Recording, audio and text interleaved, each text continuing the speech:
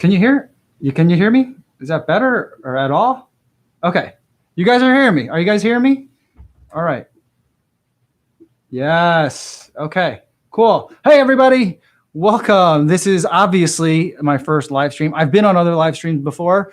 I was on Andy's FOD Runners. Go check him out. He's in here. And I see a lot of friends. Roster runs. Look at that. All sorts of good friends out here. This is cool. Either there's a lot of people asking me if I'm going to run in the Brooks Levitate, or it's the same person asking me the same thing over and over again. I probably won't run in the Brooks Levitate. The next Brooks, the only Brooks that I'll probably try first is the Ghost. My running buddy's been running in that, and he really likes that one. And yeah, that's probably the first one I'll try. The only other one that I might try, I don't even know if, I don't think they make it. I think they only made it 1 year. It was a special edition Warren Buffett Brooks shoe. It was like their most highest stability, highest cushion shoe that they made like 4 or 5 years ago. And it has a picture of Warren Buffett on the side of it. And I just think that'd be amazing to run in. If I ever saw that, I would try and buy it and try and run it. I don't know if I would run it or just collect it, but that's what I would try. It is afternoon for us over here in Chicago. I am so glad that you guys can hear me. Is the audio okay now? Let me know if it's not. Hopefully it's doing better. All right. So feel free to ask me questions in the side here. I'm seeing it rolling up and down. And I'm going to try and get through as many of the questions as I can. Thanks, everybody, for tuning in. And especially thank you for the patience. First, I was late, and then the sound didn't work for quite a bit of time. I'm at work. I'm at the office right now, and I finished my work for the day. And I'm going to head over to the Chicago Marathon Expo shortly. But I thought that I would stop by and try and do a live stream. One, because, you know, Chicago Marathon, it's a big deal for me. It's a big deal for a lot of people. And it's a premier event. And so I thought that if any time were a time to dive into a little bit of a live stream, I thought it would be today.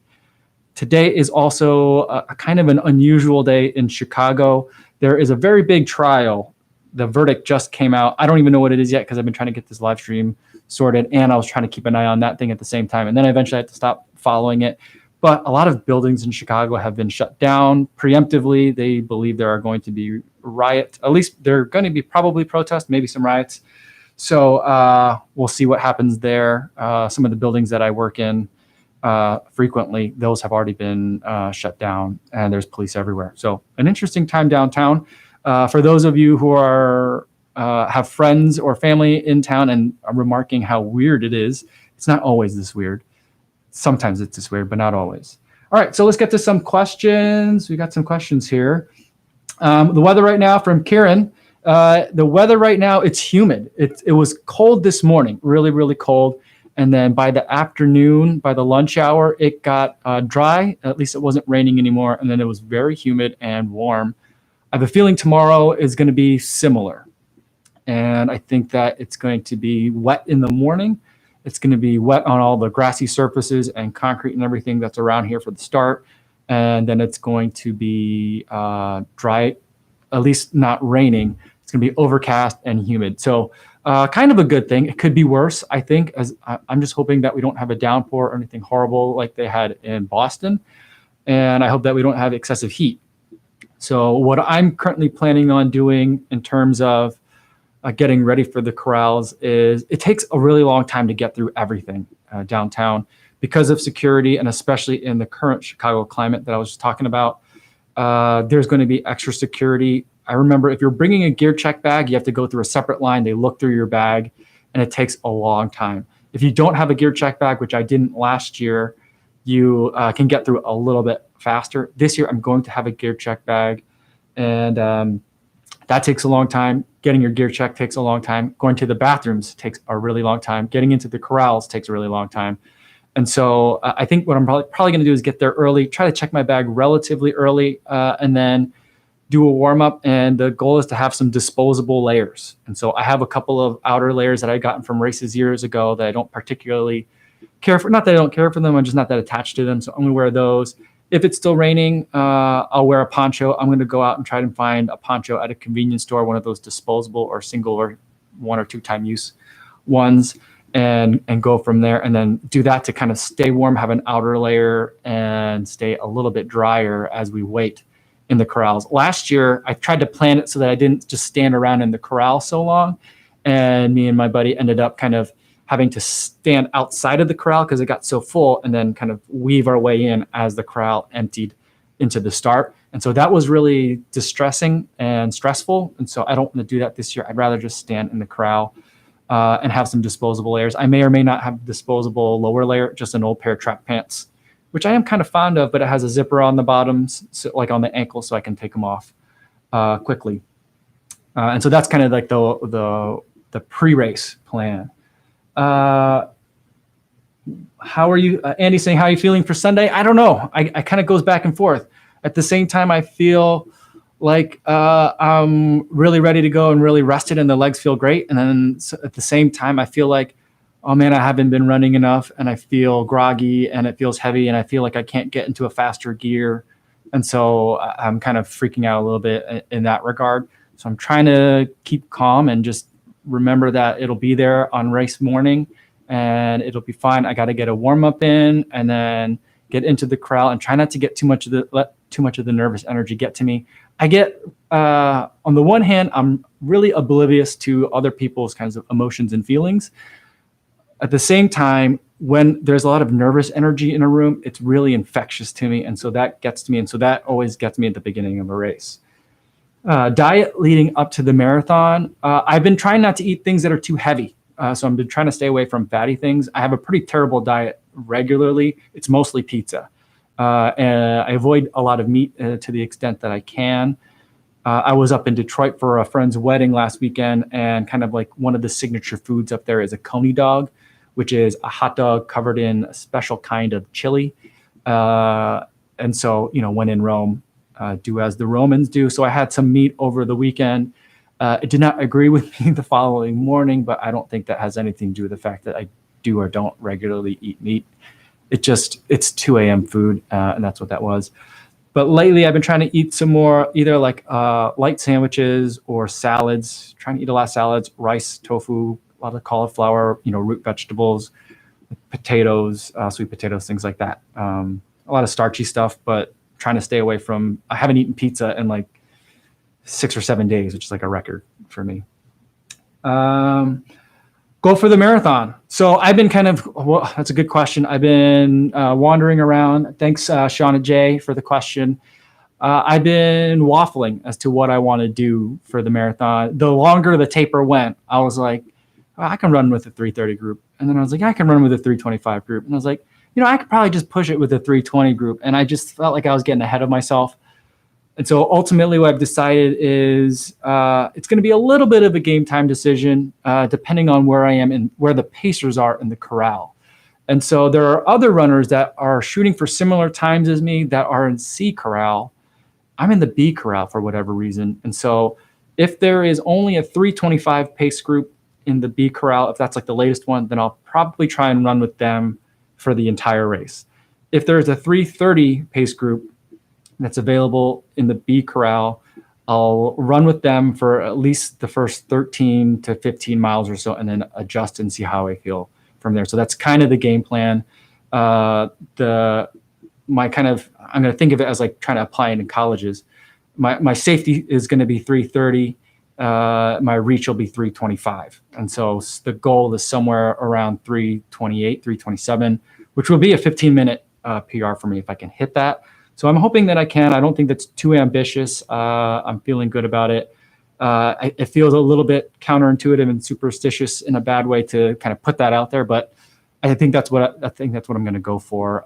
So you guys can follow me. Once I get my bib and I know my bib number, I'll let you guys know what that is. So that way, if you want to follow me live, or just follow up on it before I can get a chance to post a video about it or photos about it, I'll let you guys know.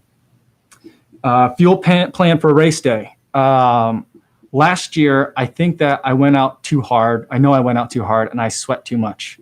I was doing too much anaerobic work, and I think I had some form of like the hyponatremia. So I think I just lost too much salt, and no amount of liquid that I tried to put back in my system was able to help me.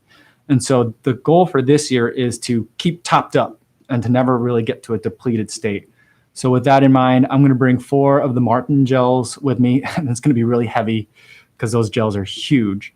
So I'm going to bring 4 of those and try to eat one every 5 miles into the race. So 5, 10, 15, and 20. And then drink water probably at the 5 or right around the same time. There's a lot of aid stations, and so pretty much I'll eat the gel within like a 1 or plus or minus 1 mile for the gel. Taking that for the half marathon we ran 2 weeks ago, I started feeling like I was getting hungry around mile 4, so I took it then, and then I didn't feel like I needed another one until like even at mile 10 at that half marathon. I didn't feel like I needed one, but I wanted to have one just so that way I didn't feel like I ran out of gas at mile like 12 or 13.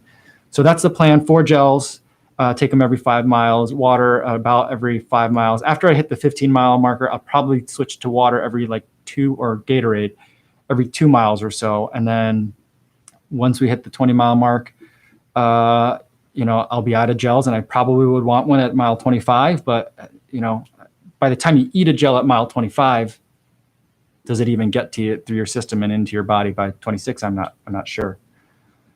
All right.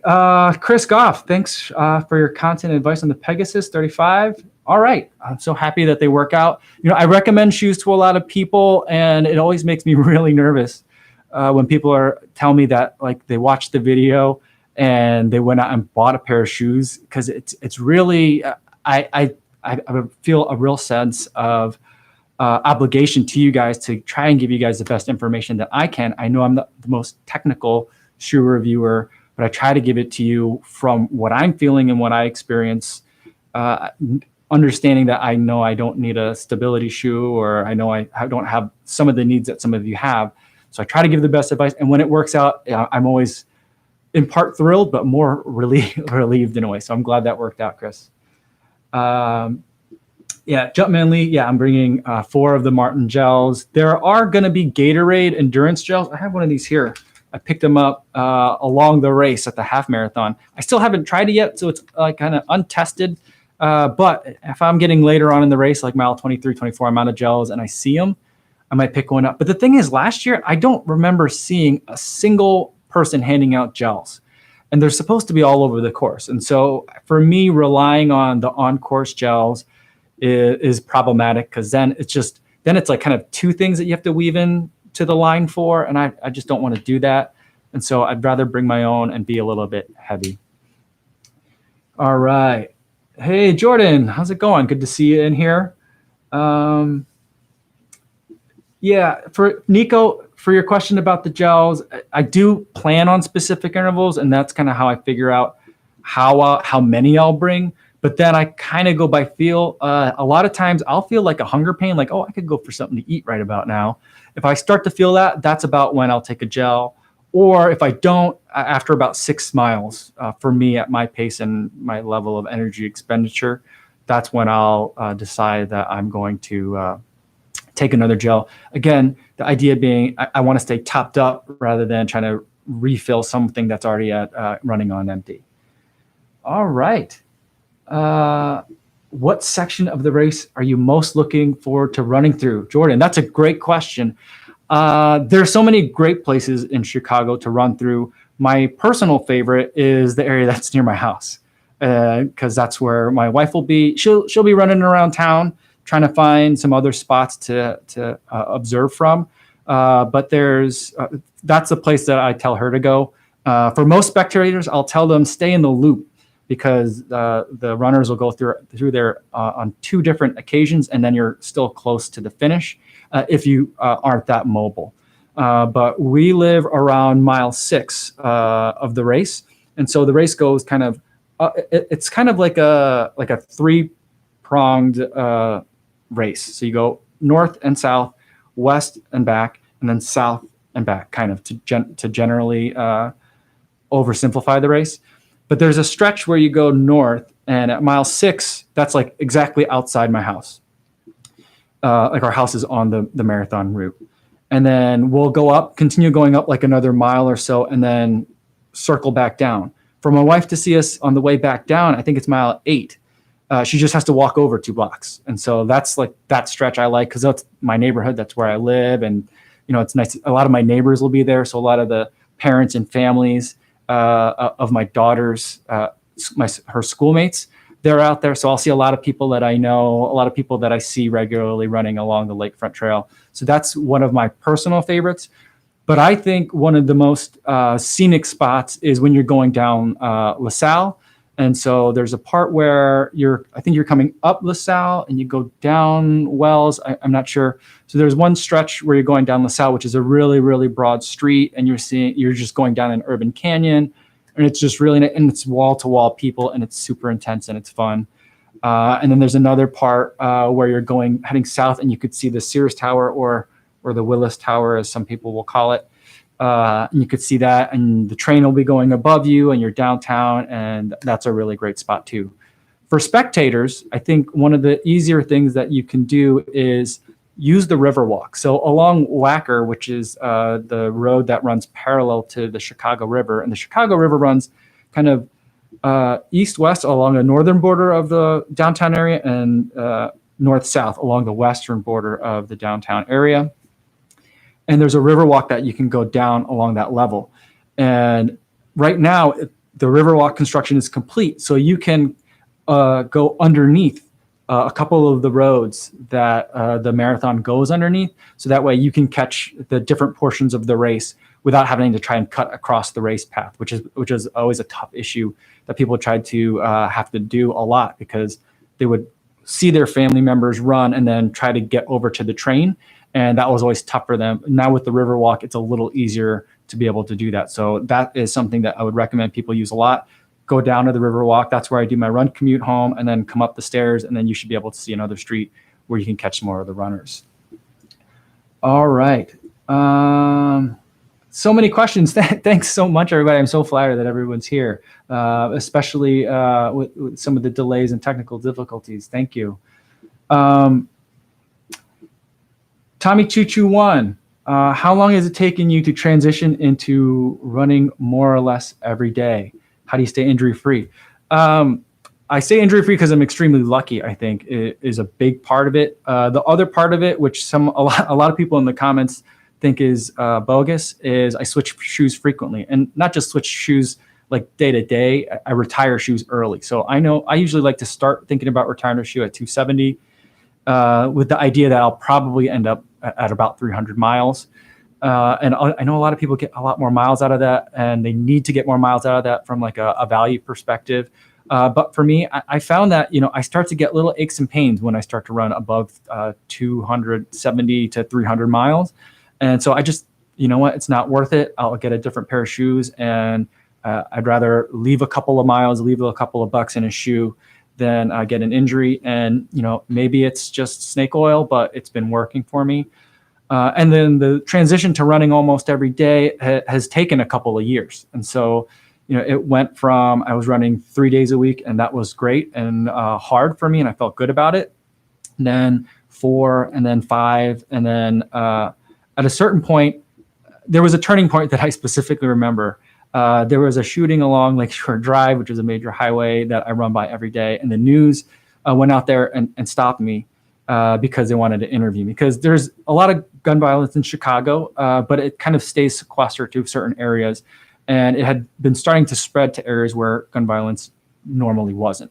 And so they wanted to get kind of like the man on the street kind of impression. And they interviewed me about how I felt about it. I made a video about it. I'll post a link in the description of this live stream later in case you guys want to go watch it. And they interviewed me, and I was, for whatever reason, I was like, yeah, I'm out here like 5-6 times a day. And then, and I was really disappointed that this kind of thing is happening anywhere in general, but that it's spreading and becoming a bigger issue, I thought was, disappointing. And then after I left and ran, I had to think to myself, I'm like, do I really run 5 or 6 times a day? And I wasn't sure. And so I went back into Strava to check, and I was running 5 days a week, but not always along the lakefront path. So I was like, oh, well, okay, maybe I need to keep that's when I first started thinking about how many days a week I was running. Before then, I was just running to try and get a certain number of miles per weekend, and then you'd kind of like plan your week. All right, that day's going to be tough because my wife and I are going to have date night the night before, so I'm not going to run that morning, or just kind of adjust and do that. And so it just eventually just became a habit, and once you make it a habit, then good habits are as hard to break as bad ones, I think. And so I made a good habit, and it's here for now. Fear was also a good motivator. For a long time in the beginning, I was always afraid that if I skipped more than like 2 days in a row, that I would have to just start over. It's not a rational fear. And I've talked to my running buddy about it recently. And I was telling him that my high school cross country coach would always yell at us every Monday because he would ask each of us if we ran over the weekend, and all of us would say that we hadn't. We weren't a very good cross country team. And so he would just drill into your head, you waste your weeks of effort if you don't run on the weekend at least once. And so that kind of, I know he was trying to like overcompensate and get us to run at least once. But that kind of instilled a weird fear in my head. Dennis Cox, I'm going to be running in the Vaporfly 4%. I'm very excited about that shoe. I'm a little nervous because I only ran in it twice. I ran last night in it. There was a Nike event, which I'll tell you guys a little bit more about. It was really weird, but interesting. Just not kind of my normal type of event that I go to. So it was interesting. I went to that and I ran in, then got about 4 miles in. And then I also ran in that first day for the review, got some faster miles in there, and it feels great. And I have no reason to be worried about it, but just, overall, I'm just a little bit nervous having 11 miles on a shoe that I don't have experience in. But, that's going to be my shoe for it. Let's see. John Tuyen, target race pace and race strategy. Right now, I'm not sure. I'm probably going to line up with the 330 pace group, maybe the 325. If I'm with the 325, I'll just stay with them the entire time, hopefully. If I'm with the 330, I'll probably run with them till hopefully about 15 miles. And then from there, kind of reevaluate how I'm feeling. So that's kind of the goal for now. Which shoes are the best shoes for beginner runners? For me, I always recommend people try the Pegasus first, because I think it's kind of like the most, I don't want to say bland, but it's the most kind of like the middle of everything kind of shoe. If you don't like the Pegasus, tell me about why you don't, and that gives me a lot of information to what you might need next. So if it's too tight in the toe box, or if it hurts your heel, or you get a weird pain in your knee, that kind of thing. That kind of gives me a little bit of information, I think, to guide me in terms of what other things that you might need and what those kinds of aches and pains are telling you. And so that's the hard thing with beginner runners, is that they don't have like other shoes to kind of compare to, or if they do, sometimes it's like a cross trainer or just a regular athletic shoe that's just a not generic, but a general purpose one. And so I usually try the Pegasus first. That's one of my favorite shoes, even though it is a general kind of purpose shoe. And most people like it. And then if you don't, tell me why, and that can give me more information to go further from there.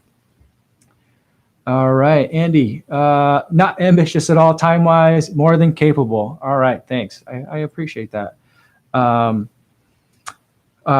Stefan Wagner, for fueling during the race, I'm going to be drinking the Gatorade that's on course and taking Martin gels, or Morten gels, Maurten gels, the Gel 100s. They're growing on me. At first, when I tried them, they felt like I was eating like weird goo, like the kind of like the goo that like you were embalmed in the Matrix. So that's what I feel like the Matrix tastes like. But like I'm kind of liking that flavor. Not a flavor, but I kind of like, it's just sugar, I think. Let's see, drink a Gatorade with a teaspoon of salt mixed in the night before. Illinois legend. I think that's great advice. Like salt, I think, is something that I'm really concerned about. My wife asked me where she wants her to be, and I think that I'm going to have her, in addition to the spot that's near our house, because I won't have her come down to the start, because you can't really see. There's everything in the start area and finish area is really sequestered off for a lot of security reasons, and there's kind of like the the fancy boxes for all the fancy people to be able to watch. So regular spectators can't get too close anyway. And so I just told her to stay home. I'll see her at mile 6 and 8. And then I told her that if she wants to try and take the train downtown to see me, that's fine. But I'd like to see her around mile 19 or 20, because that's where I hit the wall hard last time. And so 19 is around the Pilsen neighborhood. 20 is closer to Chinatown. And so Chinatown is probably one of the best spots for spectators as well. That's not downtown because it's an awesome spot. And the course there is really wide. And so everyone kind of spreads out, and it's easier to pick out kind of your family members. But it's also very close to a red line stop. And so the train is probably your best way to get around if you are going to have your family members try and jump around and follow you. And so I think that I'm going to have my wife have like a little bag of pretzels with her in case I feel like I'm just dying or needing salt. Last year at mile 19, I was kind of hallucinating that someone in Pilsen, which is a Hispanic neighborhood, I kind of thought that they were giving out tamales. It turns out they were giving out half bananas, but I was really disappointed that it was not a tamale, and I think I just needed salt. All right. Left Corman, I do prefer glasses when not running. Yeah, I have contacts, and I'm really, really blind without my glasses on.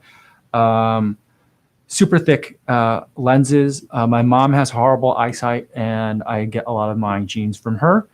And my eyesight is really, really bad. I do have lenses in. I've never lost one while running, even in like a snowstorm. The closest I've come to losing a lens while running is in the winter time when it's super cold out, and like they start to get like a little bit sticky. Like it feels like your eyes just don't blink correctly, and I kind of feel like in those like single digit Fahrenheit temperatures, which I think corresponds to like -10, -15 Celsius. I could be way off on that. Yeah, I that's the only time when I've had a problem with it. We also, when I was up at Detroit, we had a Turkish bath. Or we went to a Turkish bath. We didn't have a Turkish bath. We went to a Turkish bath. There was a steam room in there. It was super hot, like 170 degrees. My contacts didn't do well there, but I've never had them really pop out. I think that's maybe happened to me once. I think because I got a bug in my contact, and then I tried to get it out while running. I didn't bother to stop, and then I was trying to like run and get it out, and then the contact popped out. But I had the other one, so I could at least get home. All right. Oh, I saw a good question. Sometimes you scroll up on this thing and then it just jumps. And so then I lose kind of where I am. All right, James Tupper. Let's see. All right, 33 years old, sub 25K. Did I balance speed work and weekly mileage pretty evenly when I train? Yeah, I just hit sub 20 this year, and I am 38. I'll turn 39 in November, so in a month. And I didn't really actively pursue the sub 20 goal like last year. I kind of did, but I didn't. And my main goal was to just increase weekly mileage. And so I'm starting to wonder, for people that are doing also like long distance running and short distance running. I mean, if you all you want to run is like 5Ks, 10Ks, and maybe like a 10 miler or a half marathon every once in a while, this might be different. But if you're trying to hit a sub 25K and you're marathon training, I think the better thing to do is to just work on like lifetime miles and not worry too much about any one specific speed workout. I wouldn't do it like every week if you're not running, 5 days a week.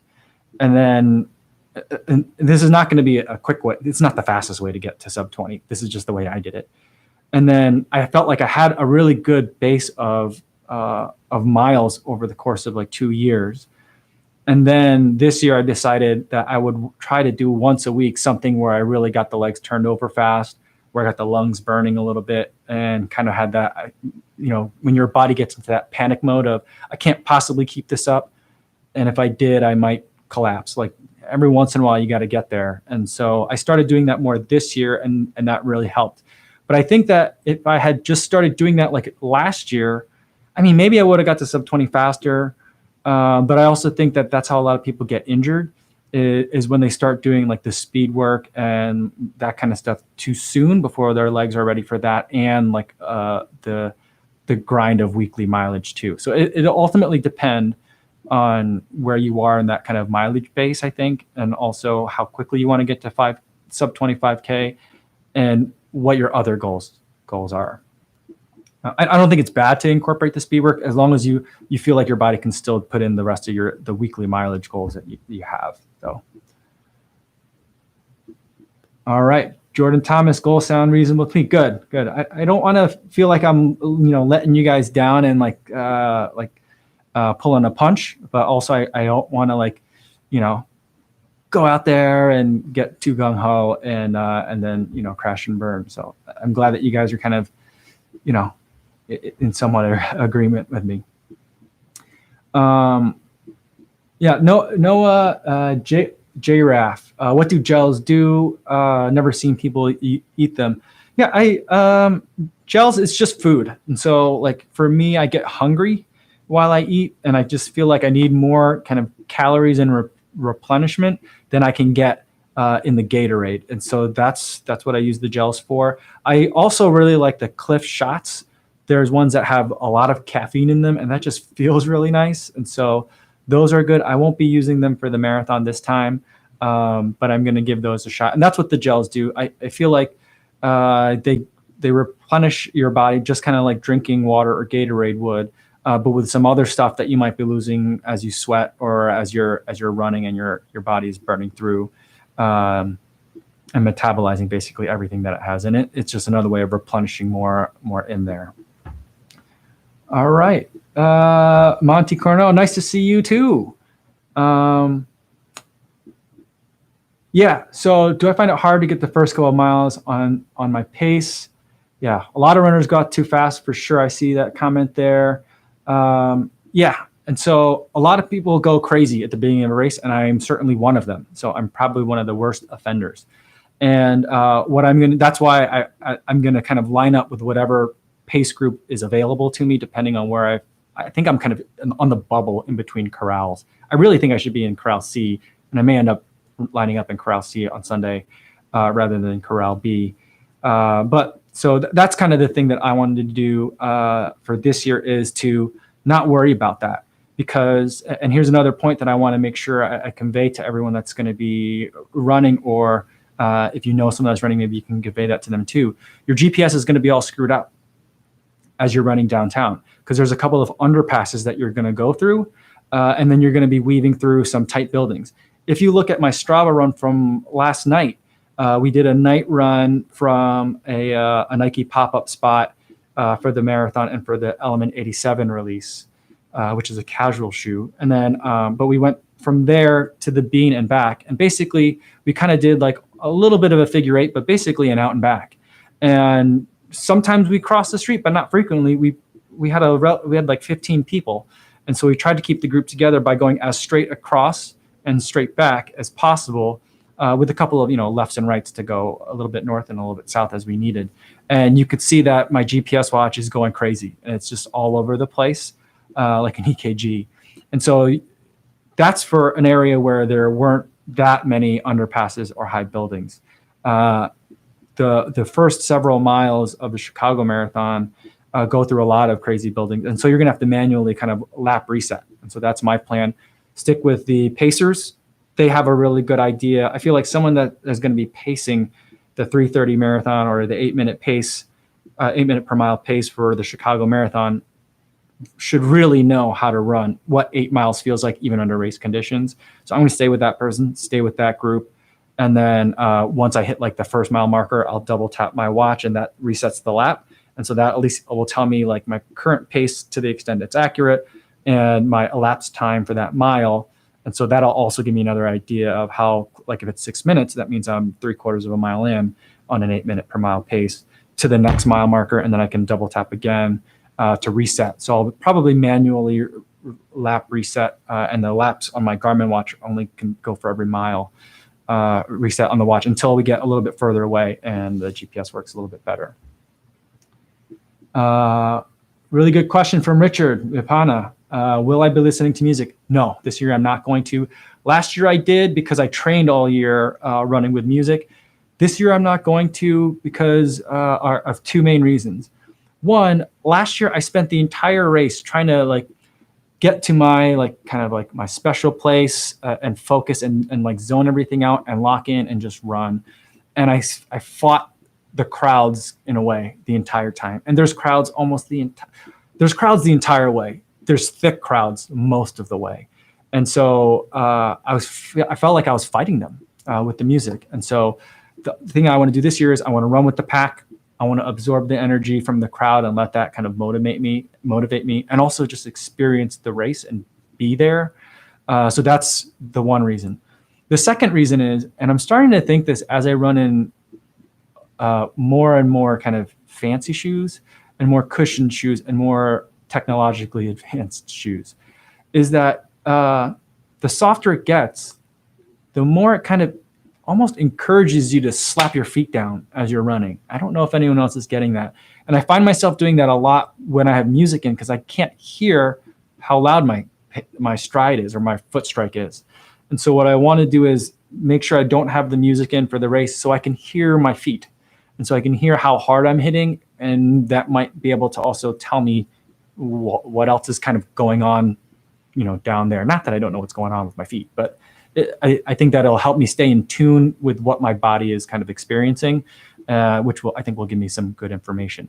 Although we did that at the half marathon, and for sure, while we were like watching everyone pass us in the beginning, because we were trying to keep to our like conservative pace and save up for the end, and we ended up negative splitting the race, which worked out really well for us. I was like letting everyone pass, and I felt like I was going too slow, and I didn't have music in, and for the first mile and a half, I actually felt bored in the race. So I was just like chatting up my running buddy, like it was like a regular like Saturday morning run. And I'm sure other people thought we were kind of goofy, but that's what I did. And I think that's what I'm going to go with in terms of not using music this time. So if anyone yells at me, I'll hear you. So that's good. All right. Seville Adams, thanks. Thanks for the well wishes. I hope I'm glad to have you wishing me good luck. All the people that have been commenting the past couple of days and weeks, it's been really overwhelming. Thank you. All right.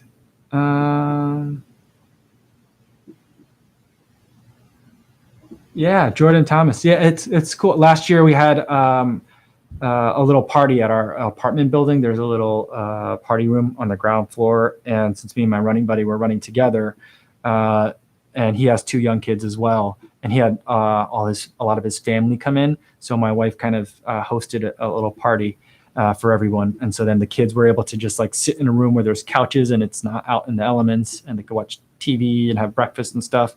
And then we texted them as we got nearby, and then they had the kids run out and then watch, and then go to the other side, and then then they don't have to just sit out there and stand and watch all these other people by and wonder where daddy is. So that worked out well. Do I buy roster runs? Do I buy all of my shoes, or do I just test them and return? I buy all my shoes. So that's, I've had a comment. There's only one pair of shoes that I've ever had that weren't bought for me, that were bought for me. And that was the Turbos. Those I got gifted to me by Nike or by the PR firm that's working with Nike. So that's what I mean by when I say by Nike. I've never actually met anyone that has like a at Nike.com email address, for example. There's a PR company that works with me. The PR company is hired by Nike to promote these events. That's how it works. I don't know if that's how it works for other people, but that's been my weird situation. But yeah, so like the shoes that I review are ones that I want to run in. And so I watch other people's reviews. So I watch, Believe in the Run. I watch Jamie. I watch Oakley 450. He's doing a pretty good job. He's been growing a lot lately. He's good. There's a lot of people that I watch. Seth is starting to get into it too, but he's a trail runner and runs on mountains. And so like, I don't have a need for any of those shoes. I like Dan Whitehead too, but I can't understand him half of the time, I'm afraid. And also, he also runs in trails and mountains. And so like there's, I like Sage as well, but like I don't like Hoka's. I've never run in one, but I just can't imagine that. And then also they're usually for trail running and a different kind of running than I do. So I can't really use a lot of their advice, but I spend a lot of time looking at shoe reviews on YouTube, and I buy the ones that I want to run in. And so I know what I like, what I think I'll like. I watch a lot of Ginger Runner reviews as well. And so someone has commented, it's like, you only have good comments for shoes. And if that's the case, then I think I'm doing something right, because then I'm picking shoes correctly for what I want to run in. Now, these days, as there's a little bit of revenue coming in from the channel, I'm taking all that money and putting into shoes to buy a wider array of shoes that I would normally probably not buy. And so after the marathon, we'll be getting into some of those other kinds of shoes as well. And so I'm still, for the number of shoes that I buy, I'm still upside down on it. But it's overall, it's still a hobby that I would still be spending money on anyway. And, and it also leads to all these other amazing opportunities, like talking to all you guys on a Friday afternoon on a live stream. So that's pretty crazy. Let's see. Where are we? All right. Good luck in the marathon from Rudy DeWolf. Thank you so much. I appreciate that. All right. How old am I? Laura E wants to know. I'm 38. I'll turn 39 November 9th. I'll be running another marathon on November 3rd. And so, yeah. So in terms of my birthday, though, it reminds me that 2019 was going to be my year, because for 2019, throughout most of marathon season, I was going to be 39. And then I think that any races that I had I would be able to submit to try and qualify for Boston in the 40-year-old age group. And so I don't know that I'll even be close enough for the old standards, but then now this year, the standards got pushed another 5 minutes away. So 2020 was going to be like my push year, or 2019 was going to be a push year for a 2020 run, but I don't know. We'll have to see. I might have to age up to the 45-year-old age group for that to be a reality. Let's see, what have we got here? So many good people out here. Thank you. Let's see. Stefan Wagner ran in the 4% for the first time in his last marathon in September. Great race with them. Feels like you're on cruise control. Yeah, that's awesome to hear. I'm glad you had hopefully you had a good race as well. Great race with them. So yes, you did. Awesome. I understand that cruise control feeling. There was a certain point, and I talked to chimp named Enid. I think his name's Tyler. I only know people by their internet names. But he's coming up for the marathon. He should be in town now. And he's someone that I talk to on Instagram about shoes like all the time. And he has a YouTube channel, but I think he kind of stopped posting videos since he had a baby. So I've been talking to him about it, and we've both been talking about this kind of like cruise control feeling. And on the first run that I had with him, I had about 2 mile stretch where I all of a sudden realized that I had run 2 miles, and I looked down and my paces were in the 7:30s. And so I definitely felt, tired of it, but I didn't notice that I had kind of run. And so that's, a great feeling when everything just gets out of the way, so much so that you're almost in a out of body or a meditative state. Not that the vapor flies give you an out of body experience, but that's kind of I didn't feel like it was doing anything weird, working hard for me or against me or doing anything. It just let me move. Kind of I felt whenever you watch a smooth rock kind of cut through water, it's kind of what it feels is just there's no resistance. And so it was a good feeling. I hope to have a lot of that on Sunday. Let's see. All right. Viewbot 736 reporting for duty. That's awesome. Yeah. Illinois legend, Boston long term. Yeah. I mean, So maybe when I'm 45, so 2025, maybe. I don't know. I don't see it, and I never did, even with the 5 minutes getting pulled away. And that's really where I think a lot of you guys have watched my marathon motivation video. That's where the whole victory lap thing comes from in my mind, is that, and I had thought about it this way even before they had pushed back this, or pushed up, however you want to think about it, the standard or the qualifying times, is that I don't care actually to run. I mean, I care, but I don't care to run at Boston. And the idea is that I can qualify and then reach that kind of like objective standard of excellence for a runner. And being able to go to Boston and run after qualifying would be the victory lap, and so that's kind of where that notion of the victory lap originated in my mind. Is in, people have been asking me throughout this year, if that's something that I'm thinking about. And even last year around this, maybe around Halloween, I was back in Iowa where my in-laws are, and talking to some people there, not my family, but they're kind of my family, my in-laws, and they were like, "Oh, so you're probably you think you ever run Boston?" And I was like, "That's just a whole nother level that I'll never get to." And so I never really thought of it in terms of a place that I would go, but it's more of an idea, something that I tried to attain. And so when the standard got moved, I get it. But it's hard to see that kind of get pulled further away from you.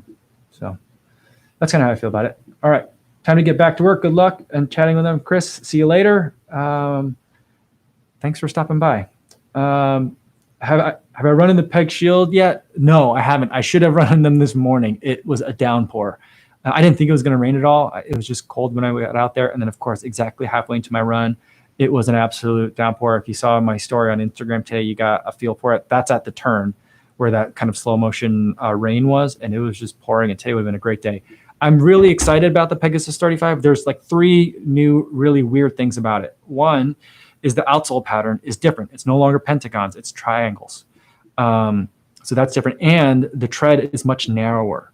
So that I think is probably better for channeling water. I think they're trying to position the shoe more of as like a wet conditions shoe, not a winter shoe, because it wasn't really great of a winter shoe to begin with. And so the thinner tread patterns I think will be good for displacing water. And the outsole seems to be a lot thicker. So the lugs are, or at least the grooves in the outsole are a lot deeper. Number 2, it's got a super weird material on top. It kind of reminds me of like a wetsuit. I don't know that it's the same. I don't think it's the same material, but it kind of has that kind of like weird, stretchy kind of vibe to it. That's not spandex, and it's a little bit thick and puffy or padded almost. And then the third weird thing is the lacing system.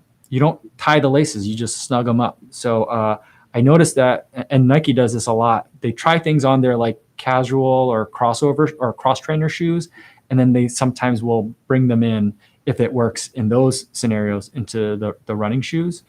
And so it has like a cinching system. So like you tighten the laces rather than tie them. And so 3 really weird things I'm very excited to test out, but I haven't yet.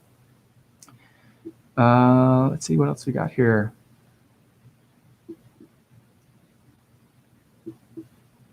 Yeah. For me, Aaron D, good question. Why I'm with Illinois. Are you planning to run a 3:30 to try and qualify for Boston? For men in my age group, in the 35 to 39-year-old age group, I believe the qualifying time's 3:10.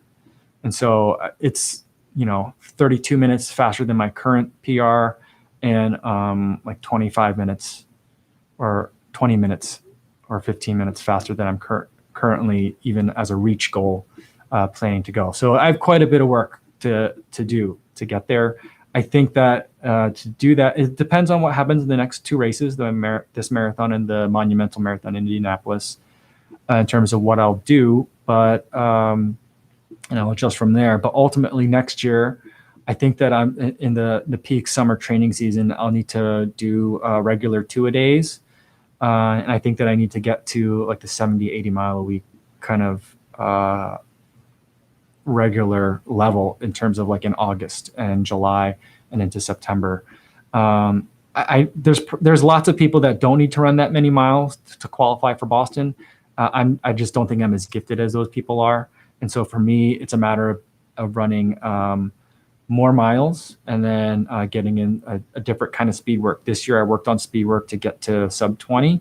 Next year I'll probably look at sub 40 for the 10K, but also do different kinds of speed work. So those longer interval runs, which I actually love, they're my favorite thing to do, where I'm running 10 to 15 miles with different like mini spurts of higher like mile repeats in there.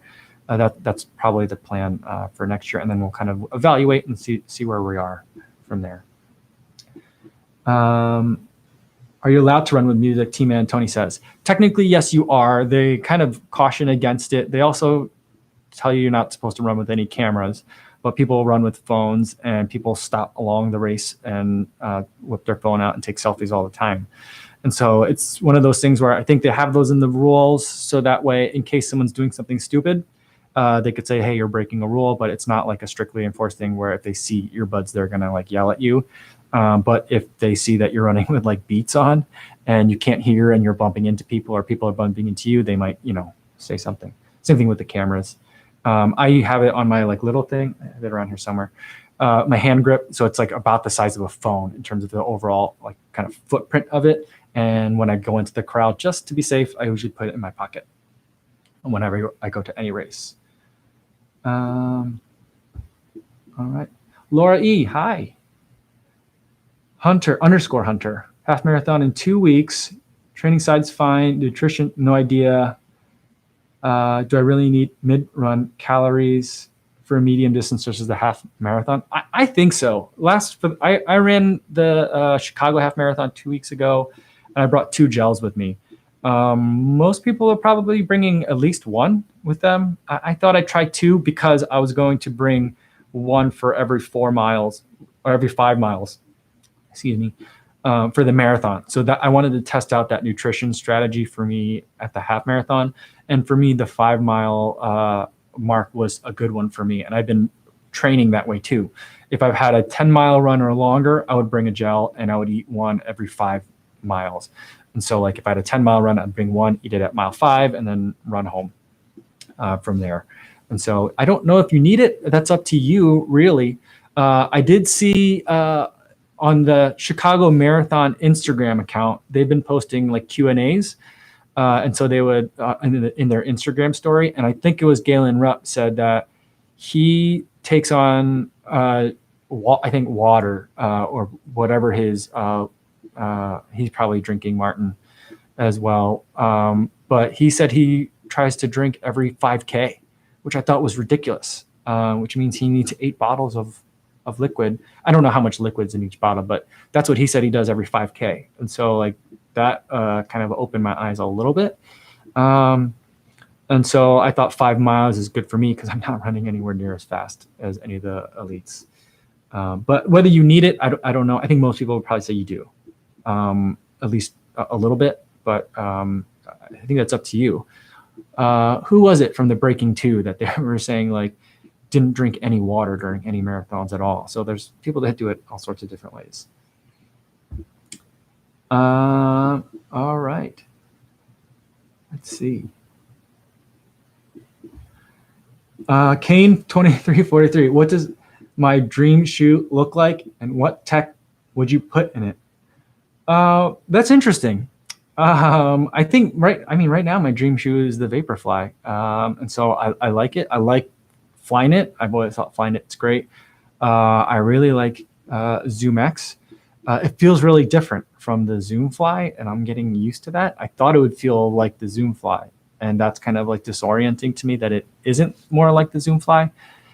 But I don't know. I don't really have a dream shoe right now.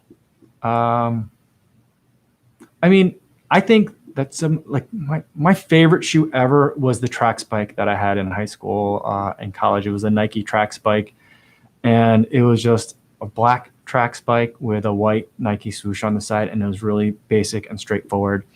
And I think the closest shoe that Nike has made to that since is the Flyknit Racer. There's a triple black one, and there's also an Oreo one. I don't know what the official name for the color is there, for that version is, but it's Oreo.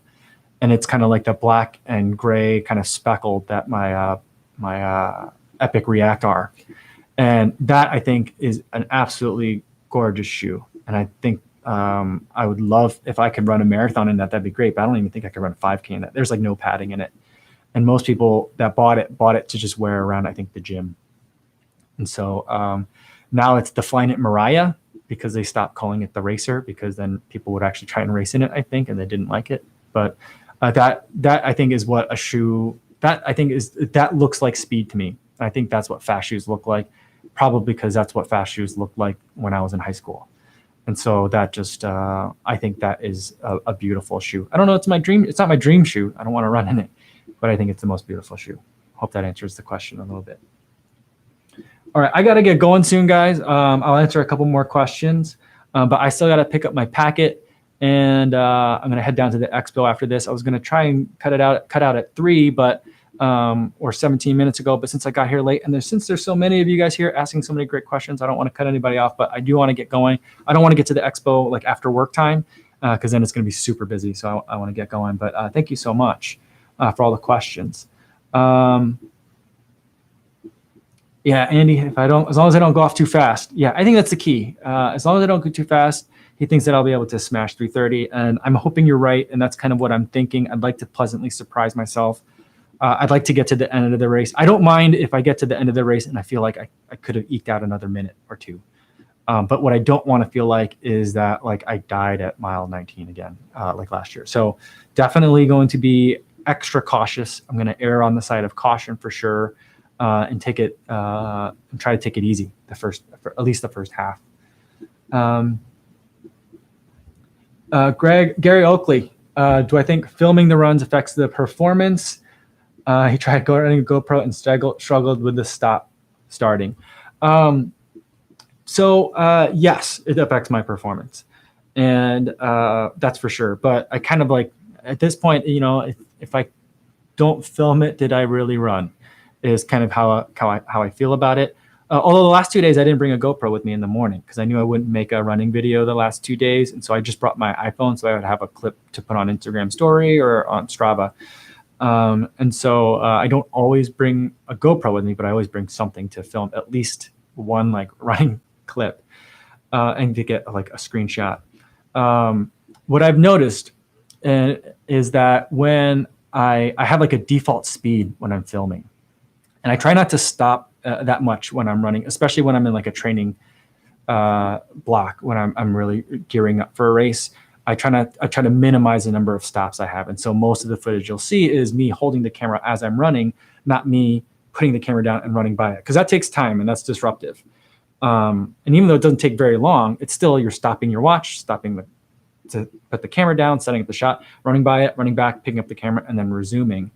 And so I try not to do that too much as I get closer to a race or as I'm during like big workouts.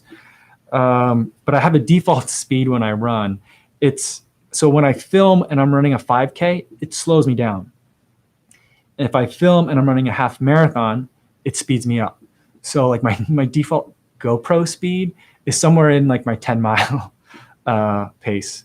And so it's just something I've kind of picked up. My running buddy, he kind of teases me about it. He says I like to showboat, and that's why my default speed is a little bit faster. That may or may not be true. All right. See, you did that thing where it jumps again. All right, Andy's heading out.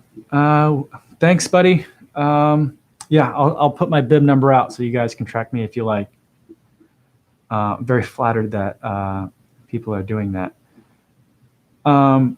Thanks so much for all the questions. I'm gonna wrap it up here, guys. I'm gonna just pick out one or two that's left over here.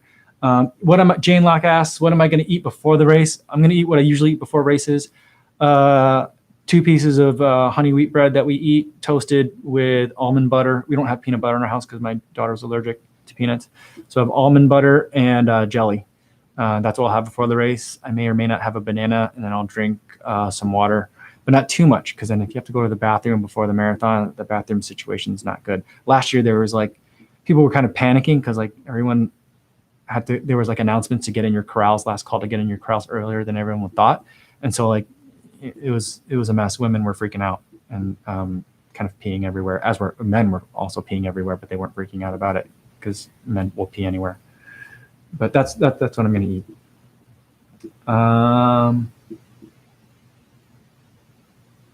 All right. Tribotry. Yeah, I'm going to be running in the Vaporfly. So I'm very excited to run in it. A little nervous because I haven't really tested it to the extent that I would like to. And it is the first time I've run in a Vaporfly, but I feel good enough in it and confident enough in, the experience of the masses that I feel good about it. And the last question I'll ask for today, what do I think? When do I think I'll post first impressions of the Pegasus 35? Probably in about 2 weeks. And so after the marathon, I probably won't be running very much, and I probably won't be testing any new shoes out that week. But the following week, I'll be testing out shoes. There's two things that I'm waiting for in order to test the Pegasus 35. One is a nice rainy day, which there's been a lot of lately, and there usually are at the change of seasons in Chicago.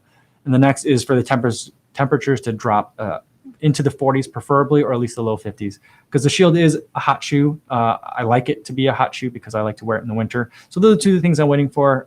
We don't quite have that yet, but I'm thinking in about 2 weeks, we should be close enough where I could at least get a rainy day to run on them.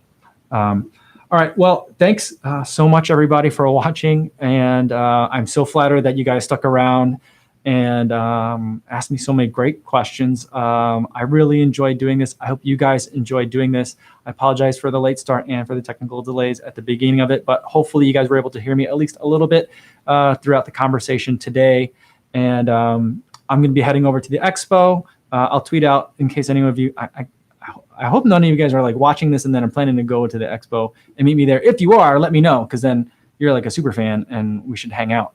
But I'm going to be heading over there now. I'll be posting on Instagram both the bib number once I get it. I'll do the flat runner thing so you can see the bib number if you want to follow it. And I got a couple other Nike events that I'm going through.